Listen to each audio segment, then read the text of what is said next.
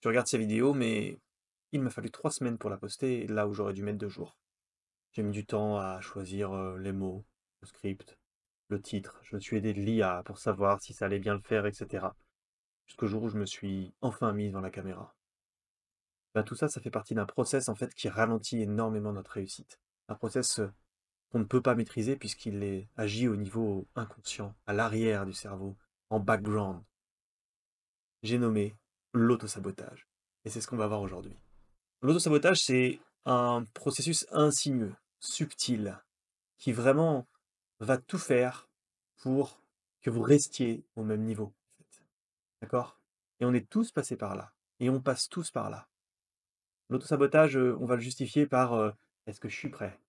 Est-ce que je peux encore plus étudier la question? Est-ce que je suis sur le bon chemin?» Et on peut encore, à cause de lui, recommencer une tâche encore et encore. Ou même, trouver qu'une tâche, même peut-être simple pour certains, est insurmontable. Ou peut-être éviter quelque chose d'important pour nous avec, 1000 et une excuses. Par exemple, il faut absolument que mon site soit impeccable avant que je commence la prospection. Imaginez, une seconde que Roger Federer, Beyoncé, Michael Jackson vous disent, «Non, aujourd'hui, je peux pas m'entraîner parce que, la chaussure que je porte, c'est pas la couleur que j'ai envie par rapport au talent que j'ai». Et en fait, aujourd'hui, bah, si je vous dis: «Il faut s'entraîner 1000 fois pour réussir une action excellente», plutôt que de s'entraîner une fois parfaitement, vous allez me dire: «Bah oui, c'est évident». Et pourtant, quand vous allez l'appliquer à votre niveau, eh ben, vous n'y arriverez pas. C'est un peu comme si votre cerveau était programmé pour vous endormir, pour vous faire dire, «Non mais, c'est pas de ça dont j'ai besoin, c'est ça, je le sais, je suis convaincu, au fond de moi». Et donc, comment est-ce que moi j'ai découvert mon autosabotage? Je me suis toujours saboté. Pour correspondre à un certain standard, pour correspondre à mes injonctions inconscientes, pour correspondre au schéma qu'on m'a mis, donc qui sont mes peurs, mes croyances et cetera. Je me suis toujours saboté, j'ai pas choisi les bonnes études, j'aurais dû faire psychologue plutôt que travailler dans le commerce. Je suis pas parti assez tôt de chez moi, j'ai tout de suite trouvé des excuses et cetera, voilà. Mais le sabotage est devenu encore plus évident pour moi quand, j'ai lancé mon entreprise d'accompagnement en ligne. J'aide les personnes à libérer, leur puissance, leur potentiel. Avant, j'étais marketeur et quand j'ai lancé cette entreprise, la première chose que j'ai faite, c'était de prendre un accompagnement qui m'a permis d'aller, à 10 000 € mensuels. En arrivant à 10 000 € mensuels, j'ai vu que, en fait, autour de moi, dans les gens autour de moi, notamment dans ma famille, il y avait beaucoup de personnes, qui me traitaient d'escroc. Parce que dans leur univers, 10 000 €, c'était pas possible aussi rapidement, et c'était forcément de l'escroquerie. Donc on voit déjà le narratif, en fait. Parce que si ma famille réagissait comme ça, c'est qu'au fond, il y a un noyau et un rapport à l'argent, qui est complexe. Voilà. Et puis ça a continué, parce qu'on m'a dit de pas trop en parler, que les gens pouvaient être jaloux. Donc vous voyez un petit peu le narratif qui se met en place. Du coup, ben, moi, j'ai commencé à attirer des gens qui, n'étaient pas forcément là pour grandir, mais plus pour trouver une excuse à pas grandir. Je sais pas si vous voyez, mais ce genre de personnes qui vont vous rendre responsable, de tout, voire même qu'ils ont pas réussi à trouver de place et qu'ils ont escaté leur voiture. Voilà, donc ça, c'était le genre de gens que j'attirais il y a quelques années. Et ensuite, j'ai réussi à bloquer mon compte Facebook, j'ai tout dépensé dans des coachings, où on me promettait monts et merveilles, alors que j'aurais dû garder la trésor, voilà, et cetera. Et en fait, vous allez me dire: «Ouais, mais bon, c'est l'entrepreneuriat, c'est des hauts, c'est des bas, c'est la vie». Et ben, au bout de 2 ans de hauts et de bas, c'est-à-dire qu'à chaque fois que j'atteins, un palier financier, je me sabote et je descends, et je me suis dit: «Eh, peut-être que je m'auto-sabote, peut-être qu'il y a un truc autre que la malchance». Ou alors, j'ai froissé un cimetière, j'ai marché sur un cimetière indien, sur une sépulture, quelque chose, ou j'ai froissé un temple en Asie. Bon, bah, si c'est le cas, je m'excuse, je me repentis et on arrête l'auto-sabotage. Mais bon, après les études que j'ai menées sur les neurosciences, sur la psychologie humaine, je pense que c'est plus de l'auto-sabotage. Donc, mauvaise personne dans mon attraction client. Dans ma vie perso, mon couple extraordinaire toujours, mais je me suis retrouvé à des soirées où je regardais, je me disais: «Putain, qu'est-ce que je fous de là, en fait?» Et en plus des gens qui me disent: «Je comprends pas, avec ce que tu apportes aux gens, tes compétences, pourquoi tu galères?» Voilà. Et j'ai eu la chance de rencontrer une personne qui se reconnaîtra si elle regarde cette vidéo d'ailleurs, qui me dit: «Écoute Thomas, tu fais de l'argent pour te sécuriser, tu fais de l'argent pour de mauvaises raisons. Donc en fait, chaque fois que vu que je fais de l'argent pour des mauvaises raisons, j'atteins un niveau de sécurité. Quand j'ai atteint le niveau de sécurité, si je dépasse le niveau de sécurité, ça me fait peur. Donc en fait, j'arrête et je redescends jusqu'à un niveau plancher bas de peur». Voilà, donc en fait, c'est ça, c'est ça la courbe. Je vais vous la mettre. Vous voyez?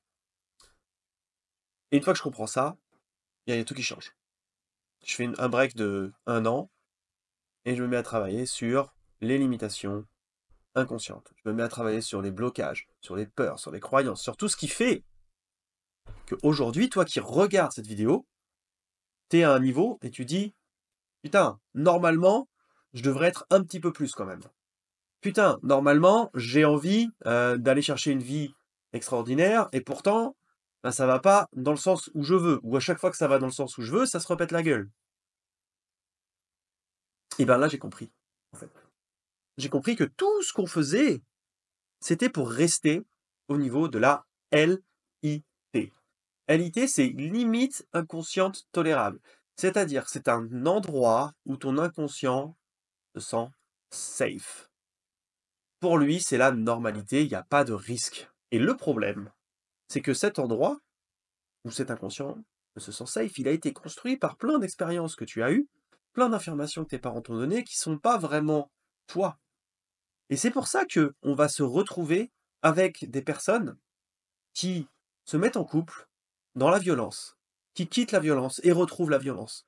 Des personnes qui vont, dépenser énormément d'argent dans des formations X, Y, Z, en marketing, en investissement, qui leur promettent monts et merveilles, mais que derrière, en fait, ben, il y a du résultat et puis plus rien.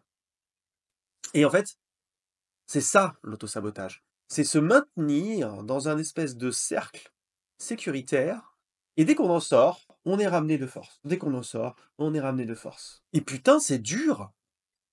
Je le vis encore aujourd'hui. Alors, pas autant qu'avant, mais je le vis encore aujourd'hui. Donc toi qui regardes cette vidéo, sache que tu n'es pas seul. Et je vais te donner la meilleure manière de t'en sortir, en fait. Alors, la meilleure manière de t'en sortir dans une vidéo YouTube, bien sûr, pour t'en sortir définitivement, je vais te mettre en lien en dessous des ressources offertes, d'accord? Qui vont te permettre de travailler, cet autosabotage, de travailler, ta pleine puissance, comment la libérer, comment épouser la vie que tu souhaites, réussir, trouver des clients si tu es entrepreneur, exploser tes finances, tout ça, je te le mets, c'est cadeau.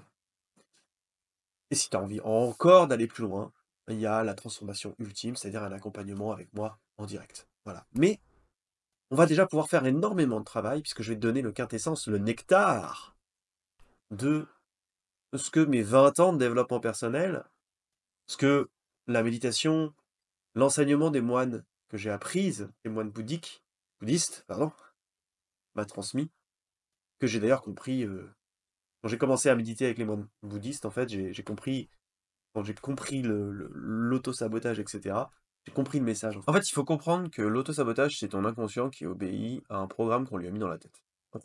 On va faire un petit rewind pour que tu comprennes un petit peu mieux. L'inconscient, c'est ce qui contrôle tout, toute ta vie, toute ta vie. Voilà, clairement, les études le montrent, hein. Tout simplement, c'est ce qui te permet de passer les vitesses si tu as le permis, c'est ce qui te permet d'ouvrir la porte, d'allumer ta lumière sans, réfléchir. C'est-à-dire que tu as déjà constaté quand tu arrives dans une nouvelle pièce, un nouvel endroit, tu vas allumer la lumière, tu cherches pendant 2 heures. Au bout de 2 semaines, tu te souviens plus. Ça, c'est l'inconscient. Donc en fait, toutes tes décisions passent par le filtre de l'inconscient. On en prend 36 000 par jour, d'accord? L'inconscient, lui, le problème, c'est que, il est resté bloqué il y a 200 000 ans, parce que le cerveau humain, pour évoluer, il prend un petit peu plus de temps que, du jour au lendemain. Sauf que l'accélération de la technologie, elle en fait qu'on n'est plus sur les mêmes challenges. Et oui!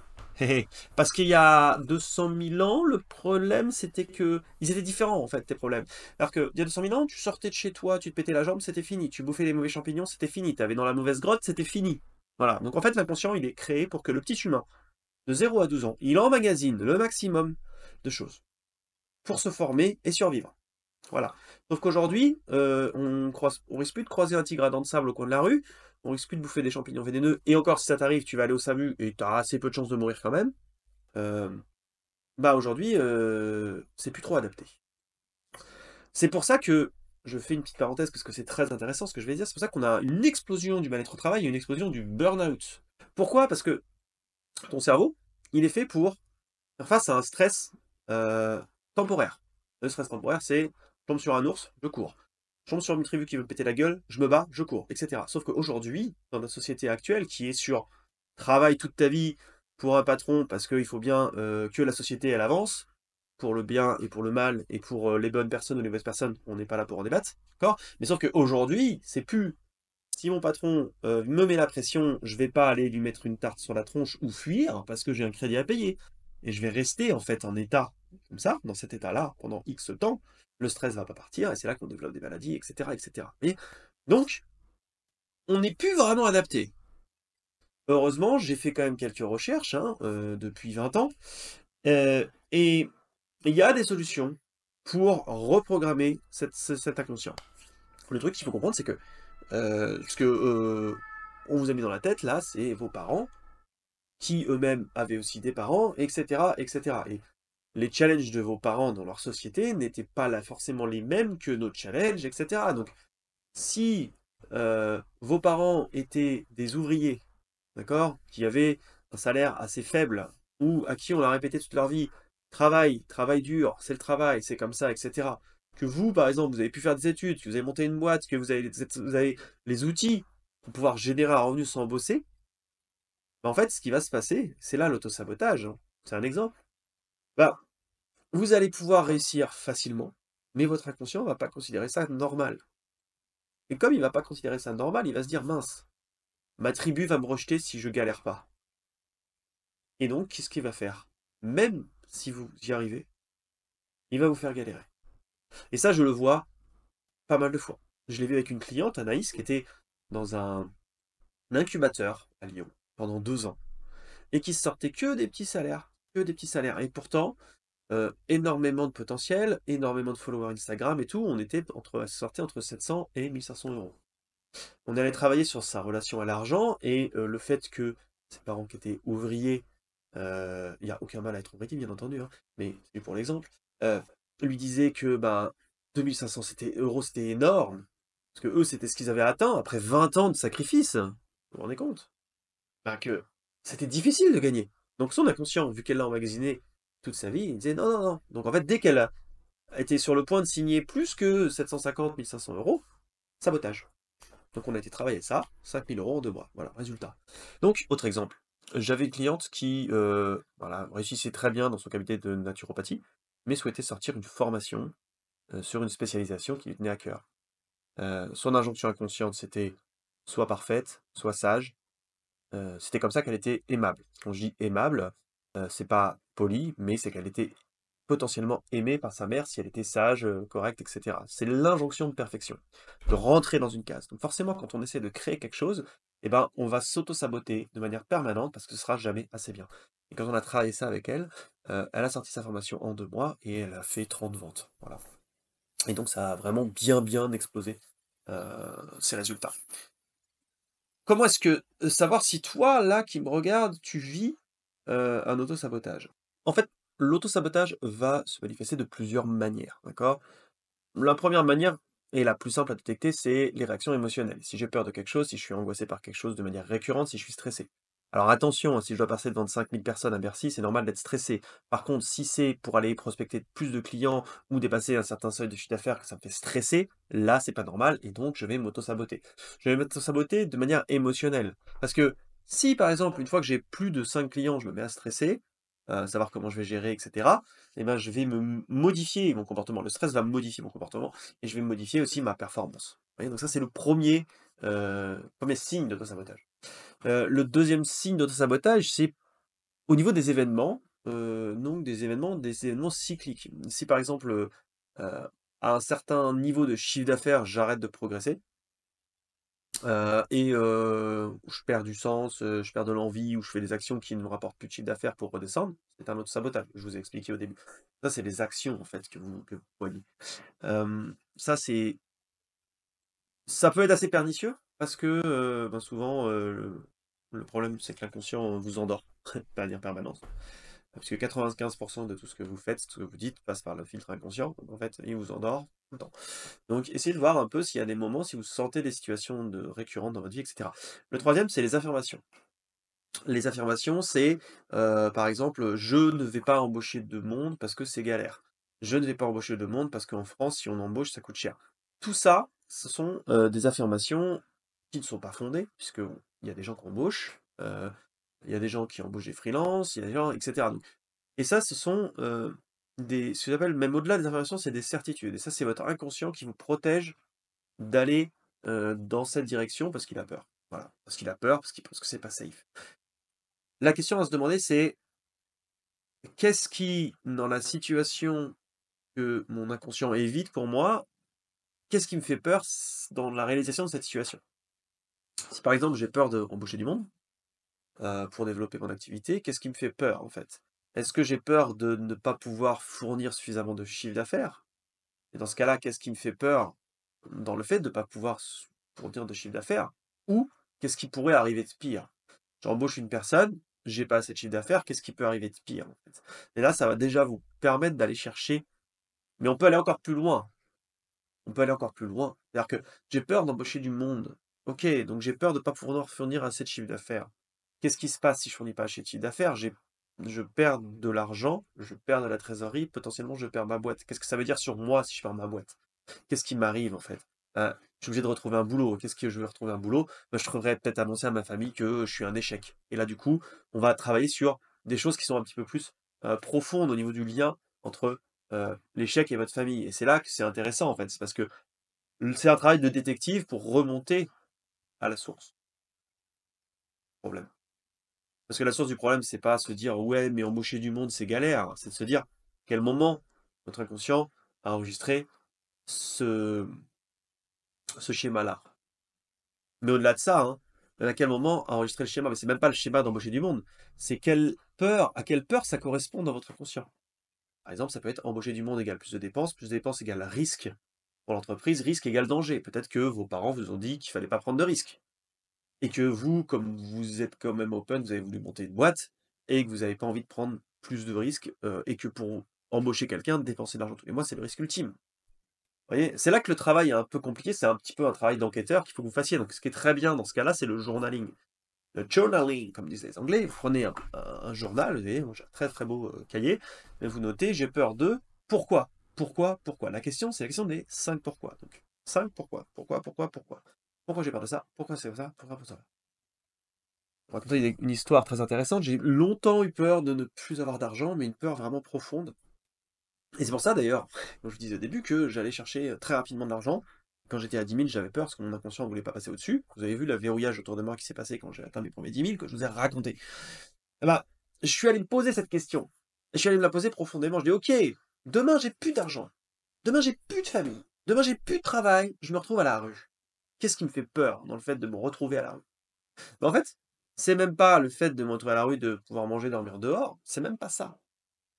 C'est le fait de me retrouver à devoir être sous l'autorité d'une personne abusive qui me contrôle. Ah, et quand je reviens dans mon passé, eh ben, j'avais un de mes parents qui était abusif psychologiquement et qui me contrôlait. Vous voyez le truc? Vous voyez le schéma? Voilà, donc prenez un journal, écrivez de quoi vous avez peur. Deuxième moyen, c'est de vous projeter comme si vous aviez déjà atteint le niveau que vous souhaitez en fait. Enfin, le niveau, le but, l'objectif, la vie que vous souhaitez. Ils ont fait plusieurs études là-dessus, où ils prennent des groupes de personnes et ils leur font faire des exercices dans la tête.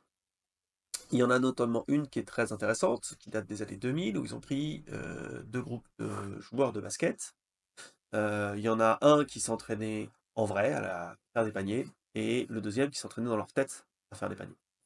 Ceux qui s'entraînaient dans leur tête ont augmenté leur performance de 30%, juste dans leur tête. Ils ont fait la même chose avec des gens qui faisaient de la muscu. Pareil, 30%. En fait, ça veut dire que votre cerveau est capable de modifier son environnement en fonction de ce que vous lui faites penser, on va dire ça comme ça. Ça, c'est la première explication. La deuxième explication, elle est aussi, d'un point de vue quantique, d'accord? Puisque toutes les réalités existent au même moment, et que vous êtes vibration, votre vibration va attirer ce que vous souhaitez dans la vie. Donc si votre vibration c'est: «Putain, je m'auto-sabote, je galère, je suis toujours dans le même cycle», vous allez attirer ça. Si votre vibration, elle est au-delà de ça, donc c'est-à-dire que vous projetez, d'accord, dans une réalité que vous souhaitez, alors vous allez forcément l'attirer à vous. Je vais vous donner, un petit exercice perso pour ça. Le soir, vous vous posez, vous fermez les yeux, vous prenez une grande inspiration par le nez, une expiration par le nez. Inspiration par le nez, expiration par la bouche. Et vous fermez les yeux, vous prenez plusieurs fois cette expiration par le nez en vous concentrant sur le souffle, l'expiration par la bouche.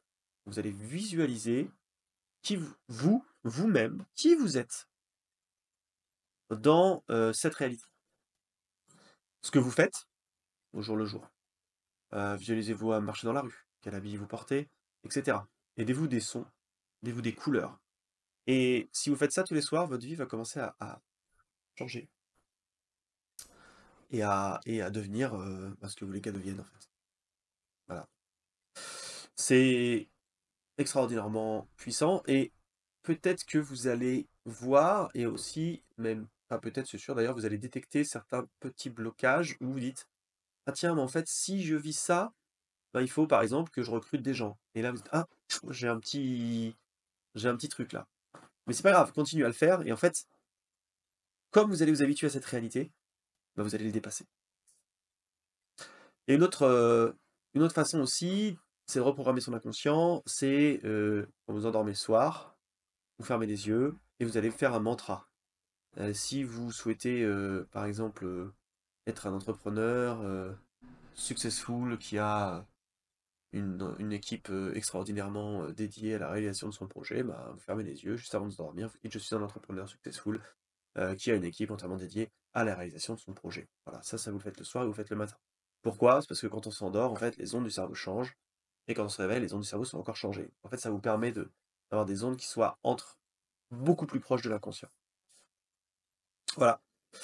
Voilà pour ce que je voulais vous dire. N'hésitez pas à vous abonner à cette chaîne puisque, ben, on aura plus de choses comme ça. N'hésitez pas à vous faire un petit commentaire pour savoir ce que vous avez aimé. Est-ce que vous souhaitez qu'on ajoute des choses? Est-ce que vous souhaitez qu'on parle de choses en particulier? Je vous mets des petites ressources en bas, pour que vous puissiez commencer votre chemin initiatique vers la libération de votre potentiel absolu. Voilà. À très vite sur la chaîne. Ciao.